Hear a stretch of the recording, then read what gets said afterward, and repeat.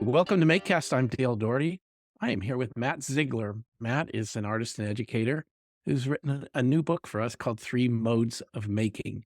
And we'll be talking about that book today and his experiences as an artist and educator and how he's brought that to a makerspace at a school. He's talking about things in a new way, maybe for some of you. I wrote a piece on Maker Ed last week and talking about how some maker programs start as a club, some as a class. There's kind of a third category for a makerspace is a hub where a lot of things happen both in and out of that hub. But you're not just working with students, you're also trying to train other educators in this model. Well, Matt's book, I think, has a focus on the process of making and how do you lead that as an educator or as any adult working with kids on this? Rather than teaching someone, I use a coach model quite a bit. My thinking, how do you coach kids to make? How do you help them? What are you trying to accomplish there? The second thing that Matt, I think, covers really well is that some teachers are very scared about is when you give students the opportunity to do projects. How do you manage that? How do you think about it? What kinds of projects are they going to do? When I heard Matt give this presentation at Make Education Forum, I thought he really nailed something that nobody had really talked about before for some projects. The goal is to imitate something that exists or perhaps follow instructions that someone else shared with you. Second was imitation to modify something. And the third, he calls innovation, which is really to do something new, original, and ideally something that has value to other people. Matt, welcome to MakeCast. It's good to see you. Tell us a bit about your background and where you are today. So my background is I've been a teacher really since I got out of college. I was an art teacher for most of my career, coming up on half of my career. I guess that will shift. And then eventually did a little bit of administration and then all got into makerspaces in a small independent school in North Carolina was my first experience. And then got hired to run the Bullis school Bit Lab, which Bullis is an independent school outside of DC. They were building a $23 million STEM building. And the biggest chunk of that was a makerspace and a fab lab. And they created a position to just coordinate that space. And I was lucky enough to get hired to do that. So that's what I've been doing for the last 7 years.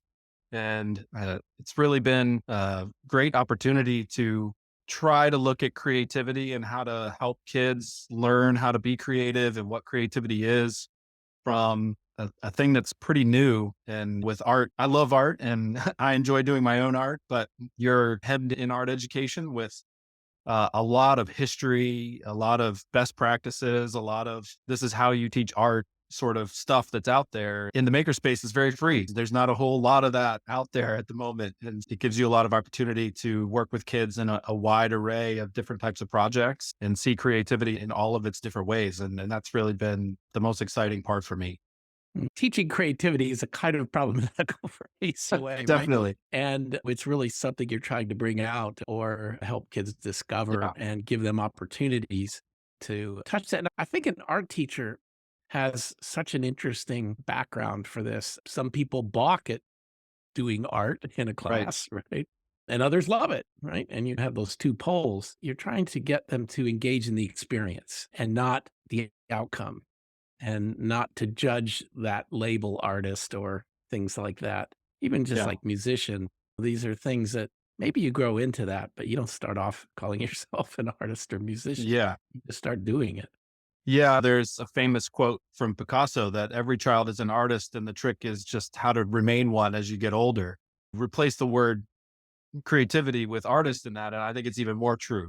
You don't have to spend much time around young kids with whatever they've got around, cardboard box or some crayons. They'll just start building or making, and that's an impulse that I think we all have, and things get in the way, particularly when you get into high school. I think that really eighth grade, ninth grade, things become very regimented in education and trained out of us to be creative in a wide range of fields. People tend to assume that's what art and music are there for. It's so that there is some room for creativity in the schools.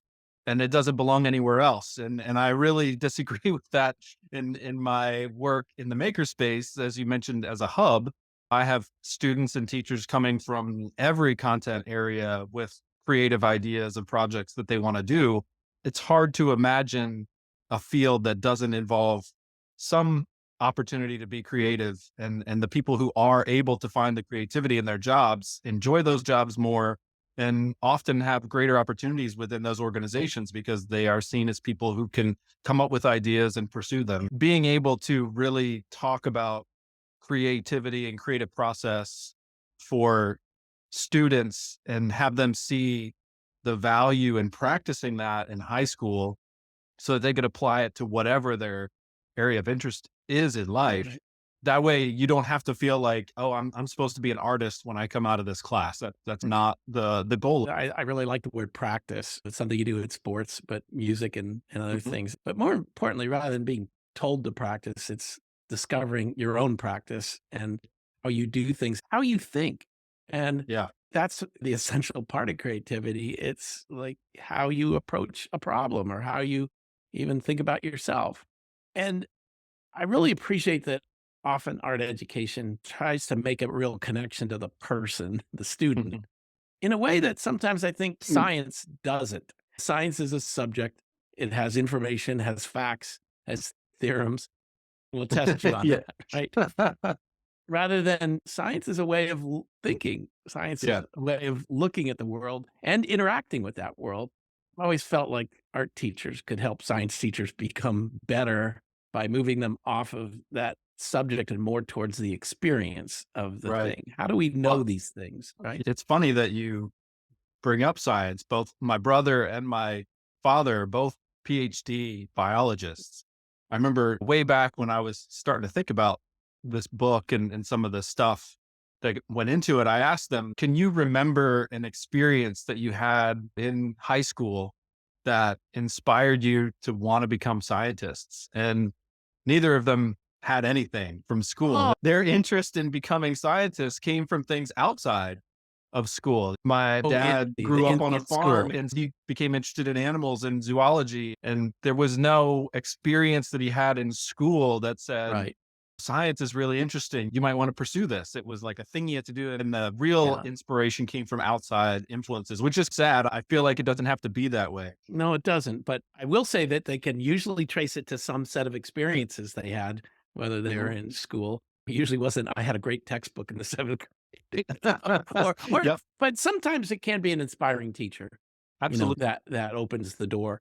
I've talked to makers, scientists, was something they were exploring on their own. They were curious and they found an area that they just couldn't stop thinking about it, and that led them back into school or into education in ways that they might not have been there. Yes. How do we improve the odds that they will have that experience or an Yeah, experience in school that they can think about when they're but in college deciding what right, it is that they want to do? And I think that projects really are that thing because, like you said, rather than give the generic science curriculum, if you allow them to pick a topic that they want to do scientific experimentation on, now they're applying these scientific skills, the methods, the yeah, experimentation, collecting data on something that is actually interesting to them.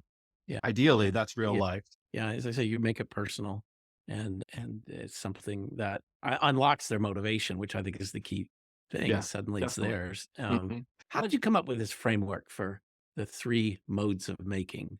I really was thinking about my own experiences as a young artist and how I learned things and the different types of activities that the best teachers that I had gave and what I gained from them. You brought up the question of like teaching creativity. How does that even work? It's hard to point at somebody doing something and say, oh, they're teaching creativity. The kids are being creative. That doesn't mean that I'm necessarily teaching them to be creative. So, really, what I think you're talking about is facilitating an environment where creativity happens. And then you talk about what's happening. And that's the best way that you can do that. And so there are always times when you're copying other artists or you're copying other work that you're seeing. And the goal of that is to try to understand what that artist did so that you can decide which parts of that artist style or subject matter are things that you want to incorporate into your own work. And then obviously you don't want to copy all the time. At some point, you need to go out and look at things that are out there and start to modify and bend them to your own tastes and add your own spin on things. And then finally, once you feel like you have all those tools in your toolbox, then you can go out and start to experiment and try new things that may fail because you don't know the outcome ahead of time. And that's what in the makerspace would use that word innovation.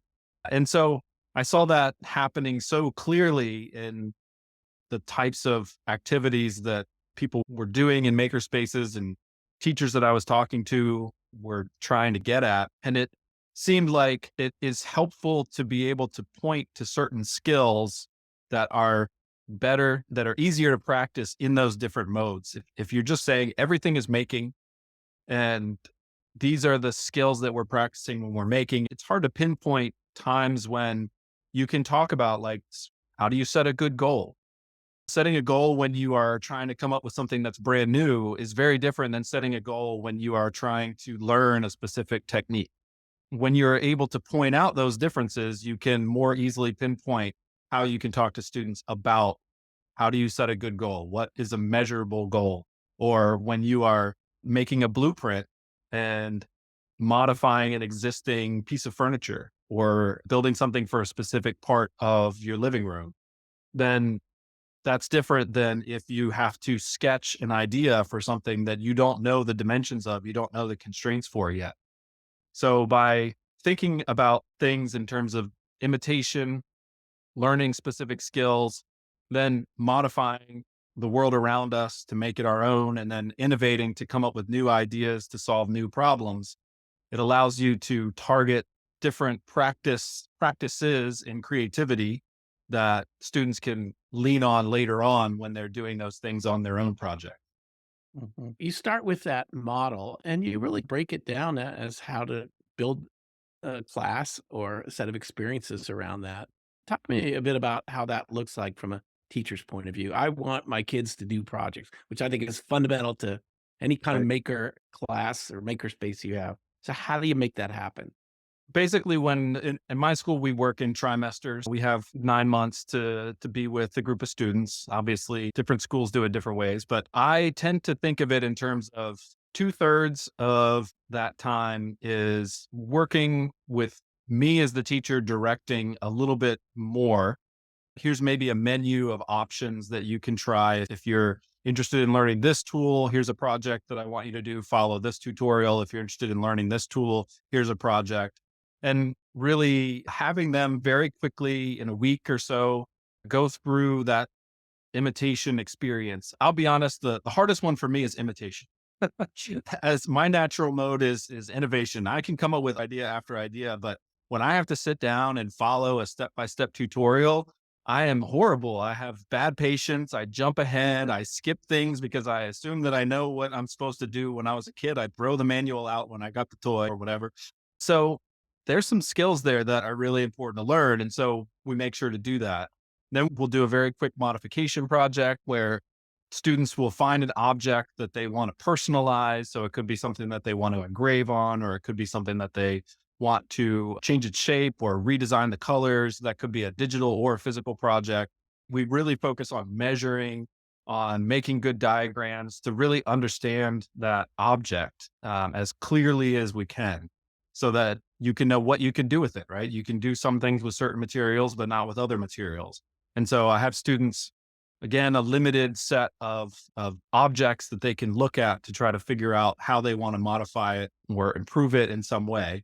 Then we take a couple of weeks to generate ideas. We don't necessarily go into the innovation process right away, but we talk about how to generate ideas, how to think divergently, how to evaluate those ideas, and then what would you do to start? If you had to try to go down this path, what would you try to target as your first challenge, essentially? And then we take the last third of the class of the time that we have, and I let them work on any of those things, continue them, or even come up with something new, but applying those skills that we practiced during those earlier phases.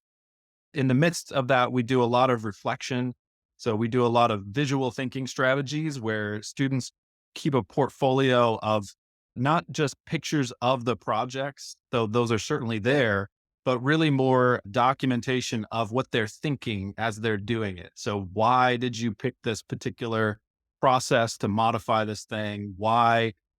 What was your goal? How would you measure whether your goal was successful? I have a wide array of visible thinking strategies, some that I've created and that are in the book, and some that I use from like Project Zero to get students really to engage those mental muscles, which they're going to need when they actually start working on the project that they want to pursue for 3, 4 weeks at the end of the class. Really cram a whole lot in at the beginning to just do some drills if we're talking about practices. So we're doing a lot of drill work. We're getting our footwork right. We're setting that groundwork and then give them that opportunity to actually put it into practice before the course is over. Often thought about that as starting with a kind of boot camp of sorts. Here's some basic skills you need to know, and some of them you're going to want to develop a little bit further and be able to do something that's not simple. And And it's then impossible to predict exactly what they're going to see things that are around them. They're going to find things online, and you can't cover all of the possible materials and tools and everything in a few weeks. And so, really, what you want to give them is some skills to then go out and figure out how to solve the problem themselves with you as a facilitator. It can be a little daunting at times. Like you got 16 18 kids and they're all picking different projects. But if they understand that there's a YouTube video that's going to walk them through how to learn this particular skill, and they can spend a couple of days doing that and then apply it to this thing that they really want to make, then they're gaining some agency in the situation. They're empowered to figure it out for themselves. Oftentimes, I'll have students say that I have a question, so that I usually have them put their names up on a board if they need my help, and I'll rotate around. And maybe a third of the time, I get to the student and say, "Oh, no, I figured it out." I'm like, that's the dream right there. That's yeah, perfect. self-directed learning is a wonderful door if you can open it to students, because then they have really discovered the power to learn on their own and solve Yep. problems and advance, not waiting to be taught or someone telling them what to do. It's also the power behind creativity in a way. Yes, I saw your presentation. You had a PowerPoint, and now you have, what is it? About 175 pages or so book. You had to develop a lot more to flesh that out. I, What was new that you had to really work on there for yourself? I created a lot of, maybe not created from scratch, but I thought a lot about the different visible thinking methods that we use, a lot of the different ways that I have students visually represent their thinking. I have Google Slides just full of things that I've tried, some of which I think worked pretty well, and some of which didn't really illustrate what students were thinking about very well at all.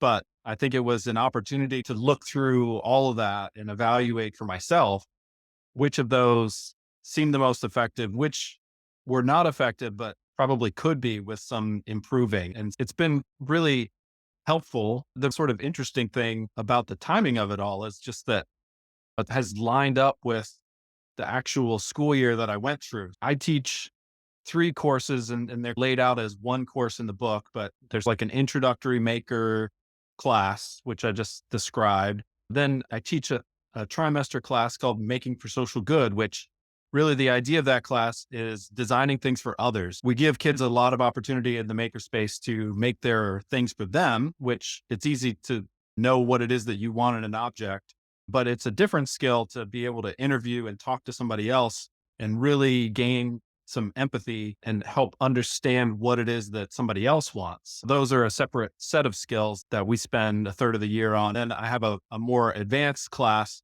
and that's where we focus primarily on the innovation project, where they will take, could be that idea that they came up with before, and they spend the entire trimester just working on that one project through a series of iterations and prototypes.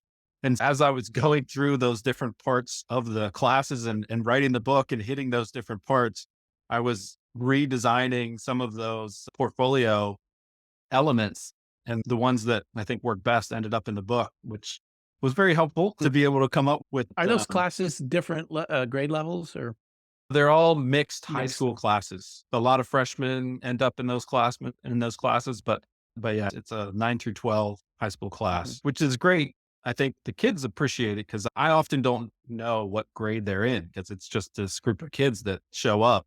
The younger kids benefit from having some of the older kids around, and it helps mix some of those grade level challenges that you But can get. year to year, would you have any of the same students? Like next year, would you have some of those students still in the maker classes? Would they Yes, I will occasionally have a student, he'll take one their freshman or sophomore year, and then they'll take the others later on. It's relatively rare when I have a single student that goes all the way through all 3 in the same year. talk about assessment? You spend a little time on that in the book. It's one of these things that it's not a multiple choice test that Yeah, tells you whether you did well in the class. But again, going to art and other right? areas, we don't give an artist a multiple choice test to find out whether they did well. So it's really just applying a different framework than what we've typically applied in things like math. Yeah. The type of assessment that I really hope people get away from, I don't know that a lot of maker educators use it, but that idea of a checklist of things to include in your project. That's an attempt to do that sort of multiple choice. If you do all these check all these boxes, then you get 100%. That's really limiting because it's essentially encouraging students not to try new things. Because if they get really interested in something different and they waste their time and they don't do this really simple thing over here, then they actually may have done something amazing, but they didn't check off all the boxes. Rubrics are a big part of obviously assessing any kind of creative, subjective work, meeting expectations, exceeding expectations. I have been using the last few years a method where I will lay out what I think the basic expectations of the project are. If you're doing this, you should be able to show that you are able to do fairly accurate measuring, that you can record those numbers and then use them to design an object. Those are the basics. And I hope that you will go beyond the basics. And so if you do the basics, then you're in that like 80% range. That's that B range or whatever. If you challenge yourself, if you try something more complex than what I've asked you to do, then you're exceeding those expectations. You're actually pushing beyond what I think you should be able to do if you left this class. And I think that has helped my students be able to focus on trying harder and trying something new because they know they're going to get rewarded for it grade wise, even if it doesn't work out, even if they try something and it's not successful. If they're able to show in their documentation, their visible thinking, they're showing this is why I tried this thing. Now it didn't work out. Maybe next time I need to do it this way, but this is what I was trying to achieve. Those are risk taking behavior that's really important for creativity. So I don't grade students on the actual product that they make. I grade them on what they're able to just describe how they attack the problem, how they thought about the problem, how they set up to accomplish this task that they have given themselves or that I've given them. A big part of what I thought was important in the book was to try to give as much helpful, concrete strategies for assessing students in the makerspace as possible, because I think that is an area where a lot of teachers struggle. I would love not to have to give grades at all, but we are in a traditional education realm and you have to do Yeah. that. But part of this is figuring out how to give feedback in different Yeah, ways, right? And definitely. that's why I think the adult, the teacher, the coach, whatever, has such an important role. That goes back to basic writing or drawing or anything. Someone says you could do better, right? Push you yourself a little bit more. Think about it a little bit more. Sort of encouragement rather than judgment.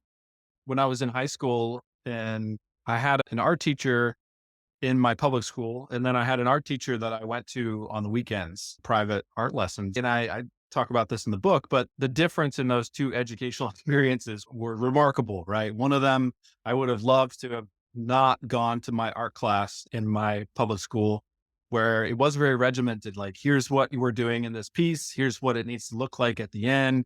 And you stack them up. Whoever had the best technical skill got the A, on down from there, versus going to my painting instructor on the weekend and okay, let's go set up in this field and start painting. And then in a half hour, we're all going to pull our stuff together and we're going to talk about each other's work. Right. There were no grades there, but there was definitely assessment. I could hear what my peers were saying about my piece. I could hear what my teacher was saying about my piece. I could respond to that and I could say, this is what I was trying to do. But the difference there, you can't just throw that into most high schools because I was there because I had chosen to be there. I had selected to spend my weekends doing this. So it mattered to me already. And when you're in high school, as much as kids love being in my maker class, some of them did not have many options. They picked it because it was better than this other elective option out Mhm. there. They're not necessarily intrinsically motivated to do great work in the makerspace. That's where the A, B, whatever does come in the end, you have to be able to boil it down to that. But a lot more of what I'm able to do through the process portfolio is give a lot more feedback where I can, it's tricky when you have a lot of students, but being able to leave a video note or an audio note, just talking about what they've put in their portfolio and help them maybe see it from a different perspective or encourage them to elaborate in some parts of their thinking so that they can be able to express that. There's the idea of we don't learn by doing, we learn by thinking about what we did, which is true. You can develop a habit and a rhythm by doing something over and over again. But if you want to be able to apply it strategically, you have to have thought about why you did certain things and whether it worked better, whether there'd be something that would work even better the next time. Mhm. That documentation that you brought up several times of process portfolio, not just here's what I did at the end, but this is how I got there. Adults struggle doing that, of keeping notes Yep. and really taking the time and feeling that it's worth taking the time Yeah. to write those thoughts down. It helps because I don't grade them on their products that they make. I grade them on that portfolio. And often students will not finish the thing that they have, this big idea and they have 3 weeks to make it. And they think that's a ton of time, but 3 weeks in 1 hour classes is not really that much time at all. And so most of the time they don't actually finish completely. They may get 60% of the way there or whatever, but as they are documenting, they're thinking about that process. And that's what I'm actually grading them on. It relieves them of that worry of not finishing and it allows them to have the emphasis put on, okay, I can do a really good job explaining what I'm doing, what I want to have happen, and to be able to say, I don't have the time to finish this, but if I do finish it, this is how I'm going to do it. Sometimes those kids come back and they finish it in their own time, which is always fantastic. One of the things that I discovered, particularly in public schools, and sadly looking at students, say, going to community colleges, really how few of them had the experience of really doing projects in high school. I really feel that's such an important thing for them to find out how they learn, how they work, to work in a group of people doing those kind of things. Maybe one step down the list of not having the opportunity to do projects is having all of the projects that you do be essentially meaningless. Part of what I think my job has really allowed me to do is my job is much more like a librarian than like a traditional teacher. I teach these classes, but that's the only class I teach. So the majority of my day is working with teachers to help facilitate meaningful projects in their classes. And so we don't do a whole lot of dioramas. We don't bust out our shoe boxes and buy a bunch of stuff at the craft store, which can be fun and engaging for some kids. Not every Yeah. kid Yeah. loves doing that, but they're not learning anything through that process because often what they've already done is done research, written a paper, handed that paper in, gotten that graded, and then they make the diorama with no new information at all. So what I do is I work with teachers to help design projects where the students are actually showing what they've learned.